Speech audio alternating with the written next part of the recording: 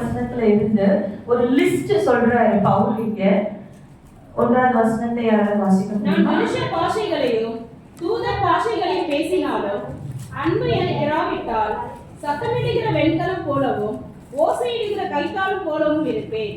நான் தீர்க்க தரிசன வரத்தை உடையவனாய் இருந்து சகல ரகசியங்களையும் சகல அறிவையும் அறிந்தாலும் மலைகளை பேர்க்கத்தக்கதாக சகல விசுவாசமுள்ளவனாய் இருந்தாலும் அன்பு எனக்கு இராவிட்டால் நான் ஒன்றுமில்லை.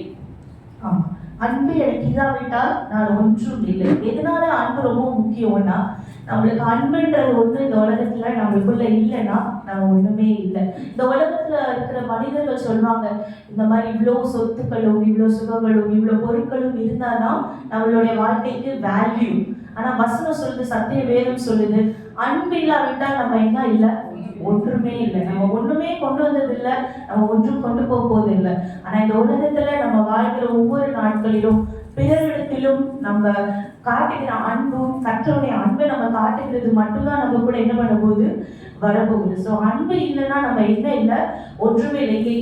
இங்க லிஸ்ட் சொல்ற எல்லா லிஸ்ட்டுமே பார்த்தீங்கன்னா எல்லாம் மேன்மையானது. மனுஷ பாஷை, தூதர் பாஷை, தீர்க்க தரிசன வரம், இதெல்லாம் நம்ம மேன்மையா கருதுறோம். அவைக்குரிய வாழ்க்கையில பார்க்கும் பொழுது தீர்க்க தரிசன வரம், விசுவாசம், அன்னதானம், அதாவது மற்றவங்களுக்கு நம்ம கொடுக்கறது, இது ரொம்ப இம்பார்ட்டன்ட். மற்றவங்களுக்கு ஹெல்ப் பண்றது ரொம்ப இம்பார்ட்டன்ட். அந்நிய பாஷை நம்முடைய வாழ்க்கையில ரொம்ப இம்பார்ட்டன்ட். நம்மளுடைய தீர்க்க தரிசன வரம் நம்முடைய வாழ்க்கையில, நம்முடைய ஆவிக்குரிய வாழ்க்கையில ரொம்ப முக்கியம். ஆனா இவ்வளவு முக்கியத்துவமான காரியங்களை எல்லாம் பவுல் லிஸ்ட் பண்ணிட்டு லாஸ்ட்ல என்ன சொல்றாரு, அன்பு எனக்கு இல்லாவிட்டா, இவ்வளோ காரியங்களும் இருந்தோம், அன்பு இல்லாவிட்டா நம்ம ஒன்றுமே இல்லை. தொடர்ந்து நீங்க அதே அதிகாரத்துல அடுத்த வசனத்தை நீங்க வாசிக்கும் போது அன்புடைய குவாலிட்டிஸ், அதோட குணாதிசயங்கள், அன்பு எப்படிப்பட்டது, அன்புனா என்ன, இன்னைக்கு அன்புனா என்னன்றத அவர் லிஸ்ட் பண்றாரு. 1 கொரிந்தியர் 13வது அதிகாரம் 4லிருந்து 7வது வசனத்தை நீங்க வாசிக்கும் போது, அன்பு நீடிய சாந்தமும் தயவுள்ளது, அன்புக்கு பொறாமை இல்லை, அன்பு தடைகளாது, இருமாப்பாயாது, தற்பொழிவை நாடாது, அயோக்கியமானது செய்யாது, தற்பொழிவை நாடாது, சினமடையாது, தீங்கு நினையாது, அன்பு சகலத்தையும் அநியாயத்தில் சந்தோஷப்படாமல் சத்தியத்தில் சந்தோஷப்படும், சகலத்தையும் தாங்கும், சகலத்தையும் விசுவாசிக்கும், சகலத்தையும் நம்பும், சகலத்தையும் சகிக்கும். இப்ப இங்க சொல்லியிருக்க எல்லா காரியங்களும் அன்புடைய குணாதிசயங்கள். ஸோ நம்ம இதை வச்சு நம்ம செக் பண்ணி பார்க்கலாம், நம்ம கிட்ட அன்பு இருக்குதுன்னா இந்த காரியங்கள் நம்ம கிட்ட இருக்கணும். என்ன ஃபர்ஸ்ட் சொல்றாரு, நீடிய சாந்தம். ஸோ நம்மளுக்குள்ள சில சமயங்கள் நம்ம கோவப்படுவோம், நம்முடைய கோபங்கள் வருகிறது மனுஷங்களாகிய நமக்கு இயல்பு தான். ஆனா வசனம் சொல்றது, நம்முடைய கோபம் என்ன பண்ணக்கூடாது, சூரியன் அஸ்தமிக்கிறதுக்குள்ள அதுக்கு நம்ம என்ன பண்ணணும், ஒரு முற்றுப்புள்ளிய கண்டிப்பாக வச்சிடணும். ஸோ அன்பு என்றால் நீடிய சாந்தம், தயவு, அன்புக்கு பொறாமை இல்லை. ஸோ பொறாமைன்றது நம்மள இயல்பா ஒரு மனுஷோட தன்மை, அது இல்லைன்னா நம்ம மனுஷங்க கிடையாது. பொறாமை வருகிறது நமக்கு இயல்பு. ஆனா அந்த பொறாமையை நம்ம இன்னும் மேலும் மேலும் வளர்ப்பதுதான் என்னது, தவறு. அது ஒரு தீமையான காரியம். அதை எப்படி நம்ம அந்த பொறாமையை நம்ம எப்படி மேற்கொள்றது, எதனால நமக்கு பொறாமை வருது, என்ன ரீசன்? அன்பில்லாத ஒரு ரீசன், அதுக்கும் பின்னாடி ஒரு காரணம் நம்மளுக்குள்ள இருக்கும் இல்லைங்களா. பொறாமை வர்றதுக்கான காரணம் மத்தவங்க கிட்ட இருக்குது, என்கிட்ட இல்லை, அதனால நம்ம என்ன பண்றோம், பொறாமைப்படுறோம். ஆனா நிறைவான ஏசப்பா, நீங்க அதே அதிகாரத்துல இந்த கடைசி வசனத்தை வாசிக்கும் பொழுது 10வது வசனம், 13வது அதிகாரம், 1 கொரிந்தியர் 13வது அதிகாரம் 10வது வசனம், நிறைவானது ஒழிந்து போகும். அதனால நிறைவான ஆண்டவர் அவருடைய அன்பு நம்முடைய உள்ளத்தை நிரப்பும் பொழுது இந்த குறைவான இந்த பொறாமை, வெறுப்பு, எரிச்சல், கசப்பு, அதை எல்லாவற்றையும் ஏசப்பா என்ன பண்ணுவாரு, நம்மளை விட்டு எடுத்து போடுவார். நம்ம மற்றவங்களுடைய உயர்வை பார்த்து நம்ம பொறாமப்பட மாட்டோம். ஏன்னா எல்லாவற்றும் நிறைந்த தேவன், நிறைவான தேவன் நமக்குள்ள அவர் இருக்கிறார். ஹல்லேலூயா, ஹல்லேலூயா. அன்பு தன்னை புகழாது, இருமாப்பா இராது, தற்பொழிவை நாடாது, சினமடையாது, தீங்கு நினையாது, அநியாயத்தில் சந்தோஷப்படாமல் சத்தியத்திலே சந்தோஷப்படும். அடுத்த வசனம் ரொம்ப முக்கியமானது, அன்பு சகலத்தையும் தாங்கும், சகலத்தையும் விசுவாசிக்கும், சகலத்தையும் நம்பும், சகலத்தையும் சகிக்கும். ஸோ நம்மளுக்கு என்ன ரொம்ப முக்கியம், சகிப்பு தன்மை. இன்னைக்கு நம்ம நிறைய டைம் மற்றவங்களுடைய தவறுகளை நம்ம பொறுத்துக்க முடியல.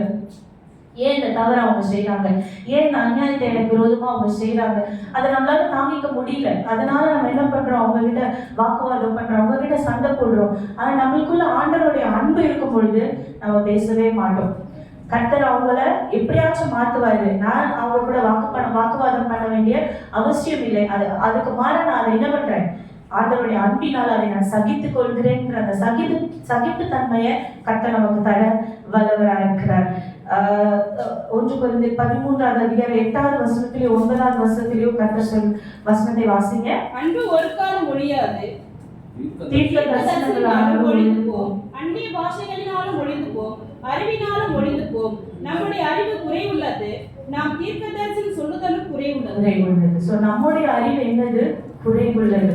நம்ம தீர்க்க தரிசனம் கர்த்தருடைய வரத்தினால நிறைந்த நம்ம தீர்க்க தரிசனம் சொல்லுகிறதும் குறைவுள்ளது. ஆனா எதை இங்க கர்த்தர் மேன்மையா சொல்றாருன்னா நம்ம பிறர் மேல் காட்டுகிற அன்பு. சோ இங்க நம்ம அன்புக்கு எடுத்துக்காட்ட நம்ம யாரையுமே சொல்ல முடியாது, நம்மளுடைய தேவனை தவிர. உங்களுக்கு எல்லாருக்குமே தெரியும், அவர் தான் நம்மளுக்கு என்னவா இருக்கிறாரு, அன்பாகவே இருக்கிறார். நீங்க 1 யோவான் 4வது அதிகாரம் 7வது வசனம் 8வது வசனத்தை நீங்க வாசிக்கும் பொழுது, 1 யோவான் 4வது அதிகாரம் 7வது வசனம் 8வது வசனம். ஒருவரில் ஒருவர் அன்பாய் இருக்க கடவும், ஏனெனில் அன்பு தேவனால் உண்டாயிருக்கிறது. அன்புள்ள எவனும் தேவனால் பிறந்து அவரை அறிந்திருக்கிறான்.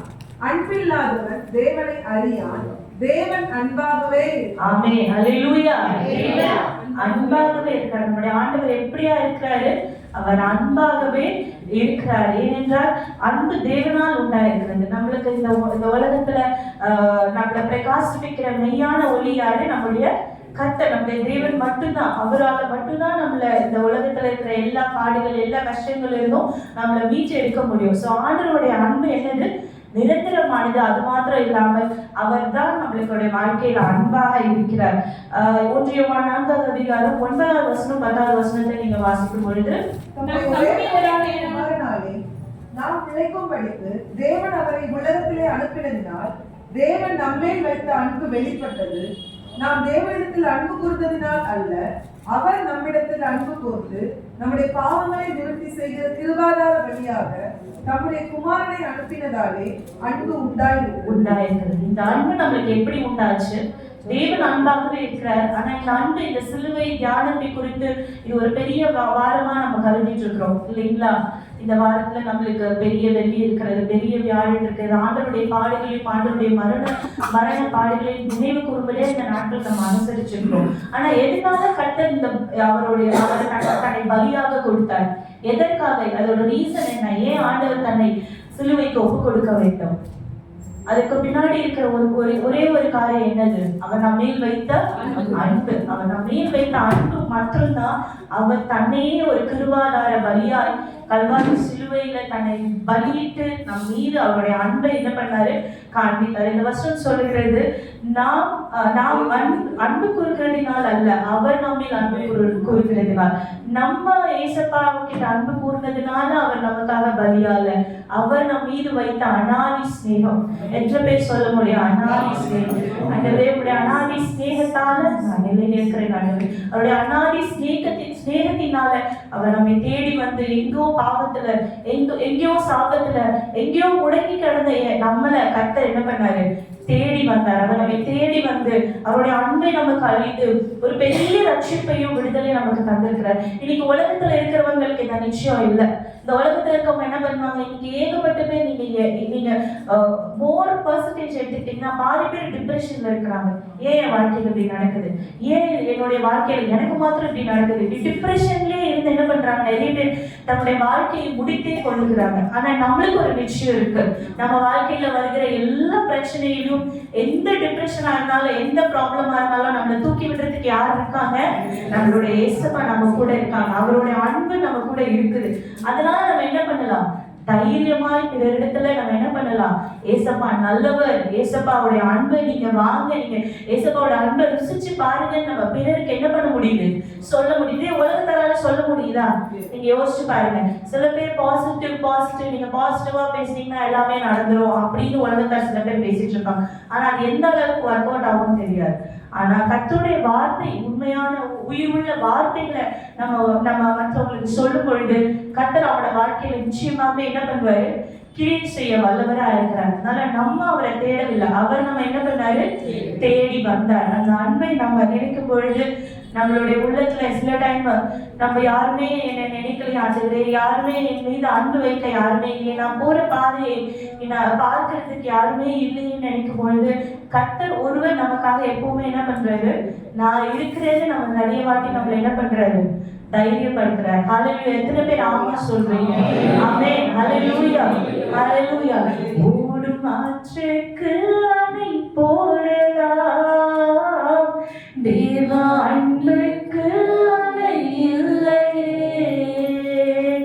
ஓடும் ஆற்றுக்கு அணை போடலாம், தேவ அன்புக்கு அணை இல்லையே. அது மாறாதது, என்றும் மறையாதது. அது மாறாதது, என்றும் மறையாதது. உயிரே உயிரே என்னை உயிராயிரே, தினமும் தினமும் என்னை நினைவானிரே. உயிரே உயிரே என்னை உயிரானிரே, தினமும் தினமும் என்னை நினைவானிரே. ஹalleluya. இந்த உலகத்துல ஆண்டவருடைய அன்புக்கு யாரால என்ன பண்ண முடியாது, அணை போடவே முடியாது. கர்த்தருடைய வசனம் யோவான் 3:16 சொல்லுகிறது. எல்லாருக்கும் நமக்கு தெரிஞ்ச வசனம். என்ன வசனம்?